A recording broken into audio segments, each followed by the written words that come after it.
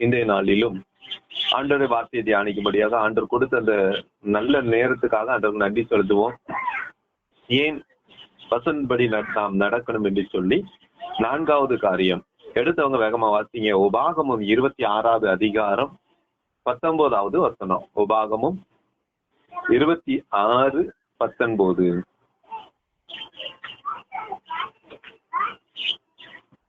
நான் உண்டு பண்ணின எல்லா ஜாதிகளை பார்க்கிலும் புகழ்ச்சியிலும் கீர்த்தியிலும் மகிமையிலும் உன்னை சிறந்திருக்கும்படி செய்வேன் என்றும், நான் சொன்னபடியே நீ உன் தேவனாகிய கர்த்தரான எனக்கு பரிசுத்த ஜனமாய் இருப்பாய் என்றும் அவர் இன்று உனக்கு சொல்லுகிறார் என்றார்.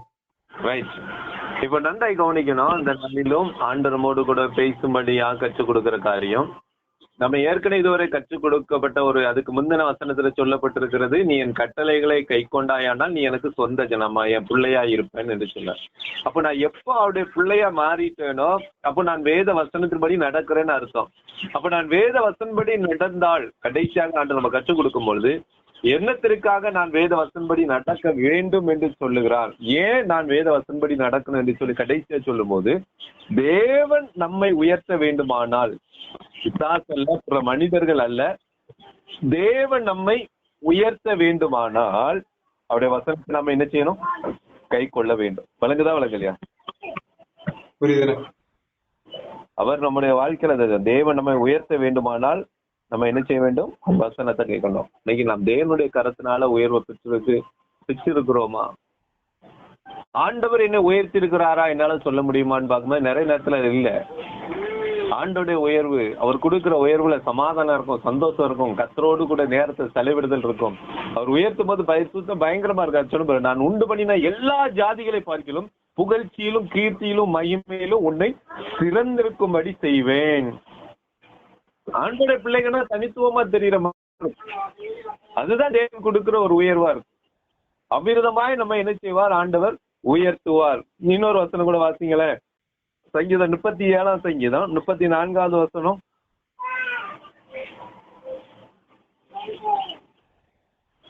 சங்கீதம் 37:34.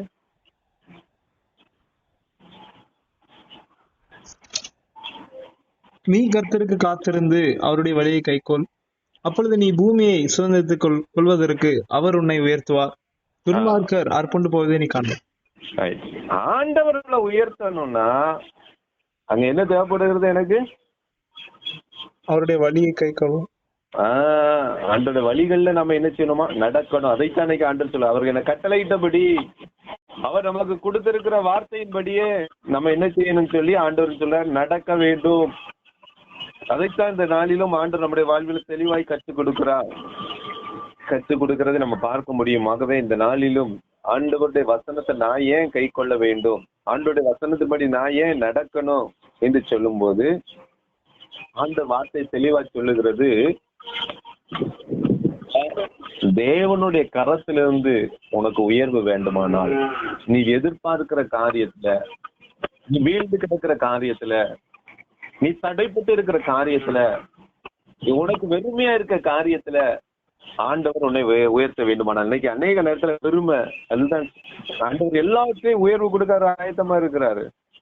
தடையில் உயர்வு, எது எடுத்தாலும் என் வாழ்க்கையில தடையாதான் இருக்கு, எது எடுத்தாலும் என் வாழ்க்கையில ஒரு வெறுமைதான் இருக்கு, பிளாங்கா இருக்கு, நான் என்ன செய்ய? ஆண்டவர் சொல்லாது எல்லாவற்றையும் உயர்வு நான் கொடுக்க, நீ என் வசனத்தின்படி நட. எந்த காரியத்துல நீ இருக்கிற உயர்வு, காரியத்துல தேவன் உன்னை உயர்த்தணும்னு விரும்புகிற ஆண்டவர் சொல்லுகிற வேத வசனத்தின் அடிப்படையில நம்ம கீழ்ப்படிந்து நடப்போமானால் ஆண்டவர் கொடுக்கிற உயர்வு கிடைக்கும். அதுல முக்கியமான ஒரு உயர்வு என்னன்னு பார்க்கும்போது, யாக்கோபு 4ஆம் அதிகாரம் 10ஆம் வசனத்தை வாசிக்கும் போது தெளிவாக்கணும். உயர்த்தப்பட,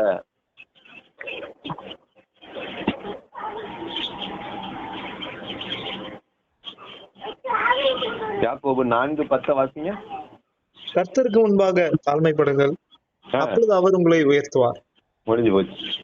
ஆண்டு வசனத்தை போய் என்ன ஆண்டவர் கொண்டா உன்னை தாழ்த்து, நான் இதை செஞ்சிருவேன், அதான் என்ன பண்ணிடுவேன், என்னால ஒண்ணும் இல்ல ஆண்டவரை. ஆண்டவர் சொல்ல, நீ கர்த்தருக்கு முன்பாக தாழ்த்து, எந்த ஒரு மனுஷனுக்கு முன்பாகவும் அல்ல, பிசாசுக்கு முன்பாக அல்ல, உன் தேவனுக்கு முன்பாக. அதான் சொல்ல, கர்த்தருக்கு முன்பாக தாழ்மைப்படுங்கள், அப்பொழுது அவர் உங்களை என்ன செஞ்சிருவாராம்? உயர்த்துவார். உயர்த்துவார். தேவனுக்கு உண்டாக உன்னை தாழ்த்துவோம். உன் வெறுமையா, உன் காரியமா எல்லாத்தையும் ஆண்டுட்டு ஒப்பு கூட. ஆண்டவரே, நான் ஒரு வெறுமை பிளாங்கா இருக்க ஆண்டவரே, எனக்கு உதவி செய்யுங்க. ஆண்டவர் அந்த வாக்கு கொடுத்தபடி அவர் நினைச்சார், உயர்த்தேன் என்று கர்த்தர் சொல்லுது. ஆண்டவர் எப்படி உயர்த்துவார் அதை மாதிரி பார்த்துட்டு நம்ம ஜெபிக்கலாம். நல்லா கவனிக்கணும். முதல்ல தேவன் நம்மளை உயர்த்துற போறார் என்று சொன்னா அவர் நம்ம கூட இருப்பார். அதுக்கப்புறம் தான் மற்ற எல்லாத்துலயும் உயர்த்தும். ஃபர்ஸ்ட் உயர்வு என்றால் முதல்ல அவர் நம்ம கூட இருப்பதுதான் மிகப்பெரிய உயர்வு. விளங்குதான் விளங்கலையா? ஆமாண்ணா. ஆண்டவர் என் கூட இருக்கிறார், அதுதான் அந்த உயர்வு எதிர்க்காரு பாருங்க. என் கூட இப்ப ஆண்டவர் இருக்காராங்கிறத உறுதிப்படுத்துங்க. ஆண்டவர் நம்ம கூட இருப்பதுதான் முதல் உயர்வு. ரெண்டாவதான் மற்ற எல்லாத்துலயும் உயர்வு. அப்ப ஃபர்ஸ்ட் ஆண்டவர் உயர்வு அது. ரெண்டாவது எப்படி ஆண்டவர் உயர்த்துவாருங்கும் போது மத்தேயு 16ஆம் அதிகாரம் 18ஆம் வசனத்தை வாசிங்க. மத்தேயு 16:18. மேலும் நான் உனக்கு சொல்லுகிறேன், நீ பேதுருவாய் இருக்கிறாய், இந்த கல்லின் மேல் என் சபையை கட்டுவேன், பாதாளத்தின் வாசல்கள் அதை மேற்கொள்வதில்லை. ரைட். ரெண்டாவது வாக்கு கொடுத்து உயர்த்துவார். அதுதான் ஆண்டவர். வழங்குதான் வழங்கல, உன்னை இப்படி உயர்த்துவேன் அப்படின்னு சொல்ல ஆண்டவர். வசனம் அழகா சொல்ல பார்த்தீங்களா? உனக்கு சொல்லுகிறேன், நீ பேதுருவாய் இருக்கிறாய், இந்த கல்லின் மேல் என் சபையை கட்டுவேன், பாதாளத்தின் வாசல்கள் அதை மேற்கொள்ளுவது இல்லை. வாக்கு கொடுத்து உயர்த்துவார். அதுதான் தேவன். முதல்ல உயர்வு என்பது அவர் நம்ம கூட இருப்பது. ரெண்டு, அதுக்கப்புறம் தான் ஆண்டவர் சொல்ல நமக்கு அவர் நம்ம கூட இருந்துட்டு வாக்கு கொடுத்து செய்வாரு. நான் உனக்கு இதை மாதிரி தான் நான் செய்வேன், இப்படிதான் உன்னை உயர்த்துவேன், வாக்கு கொடுப்பா. விளங்குதா விளங்கலையா? நம்ம கூட இருக்கும் போதுதான் வாக்கு கொடுத்து நம்மளை உயர்த்த முடியும். நிறைய சொல்லலாம், நிறைய காரியங்களை சொல்லலாம். நமக்கு உயர்வுனாலே நமக்கு உலகத்தில் பார்க்க கூடாது. இன்றைக்கு என்னை ஜீவனோட வச்சிருக்கதே உயர்வு தானா இல்லையா? இல்லையா? அதுக்கு ஒரு உபாகமம் 6ஆம் அதிகாரம் 24, 25ஆம் வசனத்தை வாசிங்க. உபாகமம் 6ஆம் அதிகாரம் 24, 25ஆவது வசனத்தை வாசிங்க. இந்நாளில் இருக்கிறது போல நம்மை அவர் உயிரோட காப்பதற்கு எந்நாளும் நன்றாய் இருக்கிறதற்கும் நம்முடைய தேவனாகிய கர்த்தருக்கு பயந்து இந்த எல்லா கட்டளைகளின்படியையும் செய்ய கர்த்தர் நமக்கு கட்டளையிட்டார். நம்முடைய தேவனாகிய கர்த்தர் நமக்கு கட்டளையிட்டபடியே நாம் அவர் சமூகத்தில் இந்த எல்லா கட்டளைகளின் படியும் செய்ய சாவதானமா இருந்தால் நமக்கு நீதியா இருக்கும் என்று சொல்வாயாக. இதுல ஒரு காரியத்தை சொல்லப்படுற, இந்நாளில் இருக்கிறது போல நம்மை அவர் உயிரோட காப்பதற்கு எந்நாளும் நன்றா இருப்பதற்கும் நம்முடைய தேவனாகிய கர்த்தருக்கு பயந்து இந்த எல்லா கட்டளையின்படியும் செய்ய கர்த்தர் நமக்கு கட்டளையிட்டார். அப்போ ஜீவனோடு இருப்பதே ஒரு உயர்வு தானே இல்லையா? ஆமாண்ணா. இன்றைக்கு ஒரு நாள் ஜீவனை கூட்டி கொடுத்திருப்பது நமக்கு கொடுத்த ஒரு உயர்வு. நம்ம ஜீவனோடு இருந்துட்டு இன்னும் என்ன உயர்த்தல. இன்னைக்கு ஒரு நாள் ஜீவனை, ஒரு நாள் ஆயுசு கூட்டி கொடுத்திருக்கிறார். அது மாத்திரம்ல என் கூட இருக்கிறார். அதுக்கப்புறம் தான் உலகத்தின் பார்வையில வருகிற உயர்வு இல்லையா? புரிஞ்சுதா புரியலையா? ஆமாண்ணே. அப்போ ஸ்டார்டிங் அடிப்படையில எனக்கு வரக்கூடிய உயர்வு எனக்குள்ள இருக்கான்னு பாரு. தேவன் கொடுக்கிற உயர்வுல முதல் உயர்வு என்ன? இன்னைக்கு ஜீவன் கொடுத்தது. ரெண்டாவது அவர் என் கூட இருக்கிறது. மூணாவது வாக்கு கொடுத்து உயர்த்துவது. புரியுதா புரியலையா? புரியுதுண்ணே.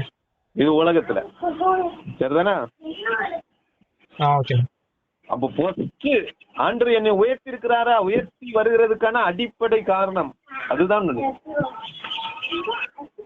ஆண்டவர் என்னை உயர்த்துகிறார் என்பதற்கான அடையாளம், ஃபர்ஸ்ட் அடையாளம் என்ன? முதல்ல ஜீவனோட வச்சிருப்பது. ரெண்டாவது அவர் என் கூட இருப்பது. மூணாவது எனக்கு வாக்கு கொடுத்து உயர்த்துவது. அது போல கடைசியா நம்ம ஒண்ணு அறிஞ்சு கொள்ள வேண்டும். உபாகமம் 32ஆம் அதிகாரம் 10ஆம் வசனத்தை வாசிங்க. 10, 13.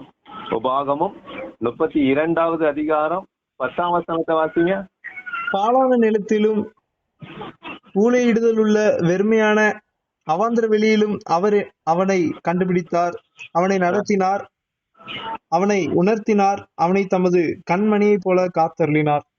விளங்குதா? பாலான நிலத்திலும் ஊழையிடுகிறது உள்ள வெறுமையான அவாந்திர வெளியிலும் அவர் அவனை கண்டுபிடித்தார், அவனை நடத்தினார், அவனை உணர்த்தினார், அவனை தமது கண்மணி போல காத்தருளினார். 13ஆம் வசனம்.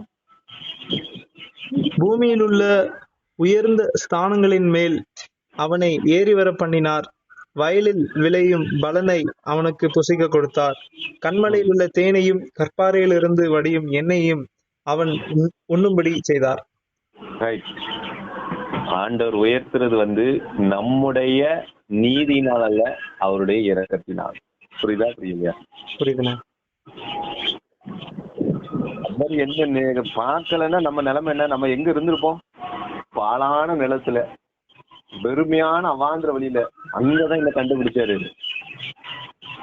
நான் திறமை உள்ளவன் இல்ல, எல்லாம் நிறைஞ்சவன் அல்ல, இரக்கத்தினால இந்த உயர்வு. இதனை என்றைக்கு நாம அறிந்து கொள்ள வேண்டும், உணர்ந்து இருக்குன்னு சொல்லி ஆண்டவர் விரும்புகிறார். புரிஞ்சுட்டா புரியலையா? புரியுதுண்ணா. தேவன் நம்மை உயர்த்த வேண்டுமானால், தேவன் நம்ம கரத்திலிருந்து உயர்த்த வேண்டுமானால் நான் ஒரு வசன்படி நடக்கணும். ஏயா நான் வசன்படி உயர்த்த? ஆண்டவர் என்ன உயர்த்தா? அப்ப ஆண்டவர் உயர்த்ததுக்கான படிப்படியான ஒரு அடையாளம். புரியுதா புரியலையா? புரியுது. படிப்படியான அடையாளம் என்னது? ஃபர்ஸ்ட் அடையாளம் என்னது? அவர் நம்ம கூட இருக்கு. Very good. அதுக்கு முன்பதான் ஒண்ணு ஜீவன் தந்தாதானே? ஆமாண்ணா. இல்லையா? எடுத்துருக்கலாம். அவர் கூட இருக்க போய் தான் நம்ம ஜீவனோடு இருக்க முடியுது, இல்லையா? முத கூட அதை சொல்லலாம். அவர் கூட இருப்பது என்ன? அவர் கூட இருந்தாதான் நமக்கு ஜீவன் கிடையாது. அப்போ முதல் அடையாளம் என்னது? அவர் கூட இருப்பது. தேவன் உயர்த்தலாருங்கிறதுக்கான முதல் அடையாளமே அவர் என் கூட இருப்பது. ரெண்டாவது நான் ஜீவனோடு இருப்பது. மூணாவது வாக்கு கொடுத்து உயர்த்துவது. நாலாவது அவருடைய இரக்கத்தினால. நம்முடைய நீதினால அல்ல, அவருடைய இரக்கத்தினால. ஏன்னா அவர் கண்டுபிடிக்கிறாரு, அவர் நடத்துறாரு, நம்மளை உணர்த்துறாரு, அதுக்கப்புறம் தான் காத்தருகிறாருன்னு சொல்லப்பட்டு, இல்லையா? அதுக்கப்புறம் எங்க சொல்றாரு? பூமியில உயர்ந்த ஸ்தானங்களின் மேல் அவனை ஏறி வர பண்ணினா. எல்லாத்தையும் கொடுக்குறேங்கிறார். அவன் உண்ணும்படி செய்தார். புசிக்க கொடுக்கிறாரு. கற்பாரங்கடி என்னையும் அவன் உண்ணும்படி செய்தார். இறக்கிறார். அந்த நீதினால் அல்ல, தேவ கிருபை தான் அதிகமா பெருகி நிற்கும். நம்முடைய செயல்பாடு 1%, 99% கிருபை. இதுல விளங்குதான் உங்களுக்கு? ஆண்டோடைய வார்த்தை நம்ம அறிஞ்சு கொள்ள வேண்டும். அப்போ தேவன் உயர்த்துறதற்காக நாம் நம்முடைய வசனத்தை கை கொள்ள வேண்டும். ஆண்டோடைய கரத்துல இருந்து எனக்கு உயர்வு வேணும்னா, வெறுமை மாறணும்னா, தடைகள் மாறணும்னா ஆண்டோர் தான் உயர்த்தணும். ஆண்டோர் உயர்த்துறதுக்கு முதல் காரியம் அவர் நம்ம கூட இருப்பது. ரெண்டாவது நாம் ஜீவனோடு இருப்பது. மூணாவது வாக்கு கொடுத்து உயர்த்துவது. நான்காவது நம்முடைய நீதினால அல்ல, அவருடைய கிருபையினால உயர்த்துவது. விளங்குதான்? ஏன்னா நம்ம அடிக்கடி நம்ம ஆண்டவர்கிட்ட பின்வாங்கி போகிறவர்கள், ஆனால் அவருடைய கிருபை நாங்க தாங்குறது. ஆகவே இந்த நாளிலும் ஆண்டவர் கொடுத்து வாக்கு கொடுத்து உயர்த்துகிற தேவன். அப்போ ஆண்டவர் நம்மளை உயர்த்த வேண்டுமானால் அவருடைய வசனத்தை நான் கை கொள்ளும். ஏன் நான் அவருடைய வசனத்தை கை கொள்ளும் போது? ஆண்டவர் என்னை உயர்த்த வேண்டுமானால் நான் அவருடைய வசனத்தை கை கொள்ள வேண்டும். அவர் எப்படி உயர்த்துவார்? அதன் அடையாளம் என்ன? எப்படி உயர்த்துவார்? ஆண்டவர் தான் சொல்லணும். அடையாளம் என்ன போது ஆண்டவர் சொல்லுகிறார், ஃபர்ஸ்ட் அவர் கூட இருப்பார். அதுதான் உயர்வுக்கு முதல் அடையாளம். ரெண்டாவது அடையாளம் நமக்கு ஜீவனை கொடுத்திருப்பாரு. மூணாவது வாக்கு கொடுத்து உயர்த்துவார். நாலாவது அவருடைய கிருபையினால உயர்த்துவார். புரியுதா புரியலையா? நம்முடைய நீதினால் அல்ல, கிருபையினால் உயர்த்துவார். புரிஞ்சுட்டா புரியலையா? புரியுதுண்ணா. ஆகவே இந்த நாளில் ஆண்டவர் சொன்னபடி அவர் உயர்த்துகிற தேவன். அதற்கு கீழ்ப்படிவோம். கர்த்தர் அதுக்கு ஏற்றபடி வசனத்தை தந்து நம்மளை ஆசீர்வதிப்பார். கர்த்தர் இந்த வார்த்தைகளை ஆசீர்வதிப்பார். ஆமென். கிருபை நிறைந்த அன்பு தகப்பனே, இந்த நாளிலும் நீர் எங்களோடு பேசின வார்த்தைகளுக்காக ஸ்தோத்திரம். விசேஷமாய் இந்த நாளிலும் ஏன் நான் வசனத்தை கை கொள்ளும் போது, ஆண்டவர் நம்மளை உயர்த்த வேண்டுமானால் நான் வசனத்தை கை கொள்ள வேண்டும். ஆண்டவர் நம்முடைய காரியத்துல அந்த மிகப்பெரிய ஒரு செயல்பாடு தாழ்மை. உயர்வுக்கு காரணம் தாழ்மை. உயர்த்தப்படணும்னா இந்த தாழ்மைங்கிறது நம்முடைய வாழ்க்கையில மிக மிக முக்கியமான ஒன்று என்பதை ஆண்டவர் இந்த நாளிலும் தெளிவா கற்றுக் கொடுத்தாங்க. முக்கியமானது கர்த்தருக்கு முன்பாக தாழ்மைப்படுங்க. ஆண்டவரே நான் ஒன்று இல்லை ஆண்டவரே, அவர் அப்பொழுது உங்களை உயர்த்துவார் என்று சொல்லி வேதம். தாழ்த்துகிறவன் தான் உயர்த்தப்படுவான். கேள்வி கேட்கிறவனோ கவலைப்படுகிறவனோ இல்ல, தாழ்த்துகிறவன் தான் உயர்த்தப்படுவான். ஆகவே நம்முடைய கேள்வி கேட்காதபடி நம்ம ஆண்டவர்கிட்ட தான் கேள்வி கேட்கிறோம், கவலைப்படுறோம், எங்க கிடக்க தாழ்மைப்படுங்கிறார் ஆண்டவர். இன்னைக்கு நம்ம எப்படி இருக்கிறோம்? ஆண்டவர்கிட்ட நம்ம தாழ்த்துக்கிறோமா? எதை செய்து கொண்டு இருக்கிறோம்? உயர்வுக்கு காரணம் அதுதான். வசனம் அதைத்தான் தெளிவா கட்டு. வசனம் என்ன சொல்லுகிறது? ஆண்டவரை உயர்த்தணும்னா நீ ஆண்டவருக்கு முன்பாக தாழ்மைப்படும். அவர் உயர்த்ததுக்கான அடையாளம் படிப்படியான எப்படி உயர்த்துவார்? அதன் படிப்படியான அடையாளம் போது 10 அவர் நமக்கு, 2வது நமக்கு ஜீவனை தந்திருப்பார், 3வது வாக்கு கொடுத்து உயர்த்துவார், 4வது அவருடைய கிருபையினால உயர்த்துவார். அன்று வாக்கு கொடுப்பாரு. ஜீவனோடு இருப்பதே ஒரு உயர்வு தான். இதெல்லாம் ஒவ்வொரு ஸ்டெப் உயர்வு. அடுத்தால வாக்கு கொடுக்கிறது, அடுத்தால அவருடைய இரக்கத்தினால, நம்முடைய நீதினால அல்ல, இரக்கத்தினால உயர்த்துகிறார். இதுதான் ஆண்டவர் கொடுக்கிற உயர்வு, படிப்படியான உயர்வு என்பதை ஆண்டவர் கற்றுக் கொடுத்தார். இந்த நாளிலும் ஆண்டவரே, இந்த நாளில் நீர் எங்களோடு பேசின வார்த்தைகளுக்காக சொல்றோம். தொடர்ந்து உடைய கிருபை கூட இருக்கட்டும். சாட்சியா நிறுத்த உதவி செய்யுங்கப்பா. என்ன செய்யணுங்கிறத எங்களுக்கு கற்றுக் கொடுங்க ஆண்டவரே. உங்களுடைய கரத்துல எங்களை தாழ்த்துகிறோம். தேவ பலன் எங்களை ஆளுகை செய்யட்டும். கத்தருக்கென்று செயல்பட, கத்தருக்கென்று ஓட எங்களுக்கு உதவி செய்யும். இம்மானுவேலராக, இம்மட்டு உதவினவராக எங்களோடு கூட இருப்பதற்காக தொடர்ந்து காத்துக்கொள்ளுங்கப்பா. கேட்ட பிள்ளைங்கள், இனி கேட்க போற பிள்ளைங்களுக்கு அது பிரயோஜனமாய்த்தான். உங்களுடைய கரத்துல இருந்த உயர்வு எப்படி கிடைக்கும், என்ன செய்யணுங்கிறத கற்றுக் கொடுத்தேன். அதுக்காக நன்றி. தொடர்ந்து சாட்சியா வாழ உதவி செய்யும். துதிகான மகிமை எல்லாம் நமக்கு செலுத்து. இயேசு கிறிஸ்துவின் மூலம் ஜெபிக்கிறீங்க ஜீவன்ல நல்ல பிதாவே. ஆமென்.